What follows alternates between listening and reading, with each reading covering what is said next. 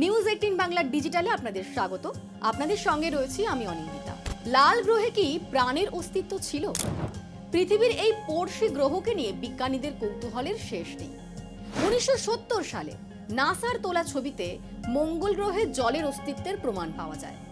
আর তারপর থেকেই নানান বিতর্ক তৈরি হয়, মঙ্গল গ্রহে কি পৃথিবীর মতোই জলের ধারা বইতো?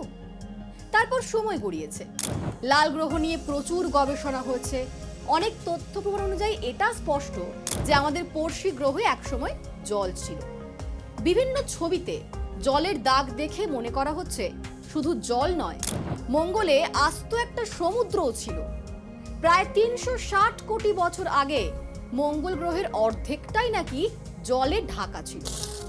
একসময় মঙ্গল গ্রহের বায়ুমণ্ডল পাতলা হতে শুরু করে, আর তারপর সময়ের সঙ্গে সঙ্গে আবহাওয়ার কারণেই নাকি ধীরে ধীরে সেই জল মিলিয়ে যায়।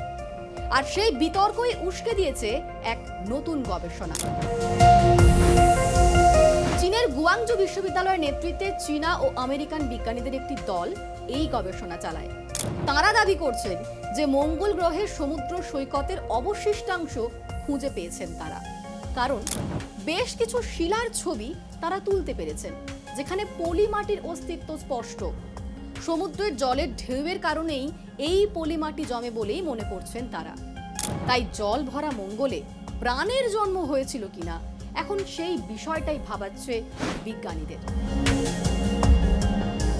মঙ্গল গ্রহকে আরো ভালো করে চেনার চেষ্টায় বারবার মহাকাশযান পাঠাচ্ছে নানা দেশ। নাসার রোবটযান রোভার ঘুরে বেড়াচ্ছে সেখানে, নানান তথ্য সংগ্রহ করছে। পৃথিবী থেকে এই মঙ্গল গ্রহের দূরত্ব প্রায় 22.5 কোটি কিমি। নাসার দেওয়া তথ্য অনুযায়ী এতটা পথ অতিক্রম করতে সময় লাগে অন্ততপক্ষে 9 মাস। তবে এবার সেই দীর্ঘ অপেক্ষা শেষের পথে। 30 দিনেই পৌঁছে যাওয়া যাবে মঙ্গলে। মহাকাশ গবেষণায় মোড় ঘোরাতে নতুন প্রযুক্তি নিয়ে হাজির হয়েছে রাশিয়া। মাত্র 30 দিনেই লাল গ্রহ জয়ের স্বপ্ন দেখছেন রুশ মহাকাশ গবেষকরা। আর সেই লক্ষ্যে একটি অতি শক্তিশালী প্লাজমা ইঞ্জিন তৈরি করছেন তারা। ইঞ্জিনটি নির্মাণকারী সংস্থা রোসাটম দাবি করছে তাদের যন্ত্র জ্যোতির্বিজ্ঞানের ক্ষেত্রে নতুন যুগ সূচনা করবে। আর রোসাটমকে নানানভাবে সাহায্য করছে রাশিয়ার সরকারি মহাকাশ গবেষণা সংস্থা রসকসমস। রাশিয়ার তৈরি ইঞ্জিনটিতে ম্যাগনেটো প্লাজমা প্রপালশন সিস্টেম ব্যবহার করেছেন মস্কোর গবেষকরা। আর এটি এমন একটি সিস্টেম যার ফলে অতিরিক্ত গতি তৈরি করা সম্ভব। সেই গতি বাড়ানো গেলে মহাকাশযানটিকে বহন করবে যে রকেট, তার গতিবেগ অনেক বৃদ্ধি পাবে, এমনটা কিন্তু নিশ্চিত গবেষকরা। বর্তমানে যে সমস্ত রকেট দিয়ে মহাকাশযানকে মহাকাশে পাঠানো হচ্ছে সেগুলির গতিবেগ 4.5 কিলোমিটার পার সেকেন্ড।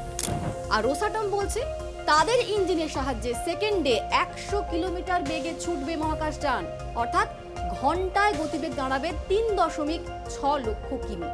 তবে এখন নানান পরীক্ষা নিরীক্ষার মধ্যে দিয়ে যাচ্ছে সেই ইঞ্জিন। সামনে বেশ কিছু চ্যালেঞ্জ রয়েছে। যদি সেই সমস্ত চ্যালেঞ্জ পাশ করে যায় তাহলে মহাকাশ জয়ের ক্ষেত্রে নতুন দিক খুলে যাবে। আর মস্কোর এই মিশন সফল হলে নাসা যে বড় ধাক্কা খাবে তা বলাই বাহুল্য।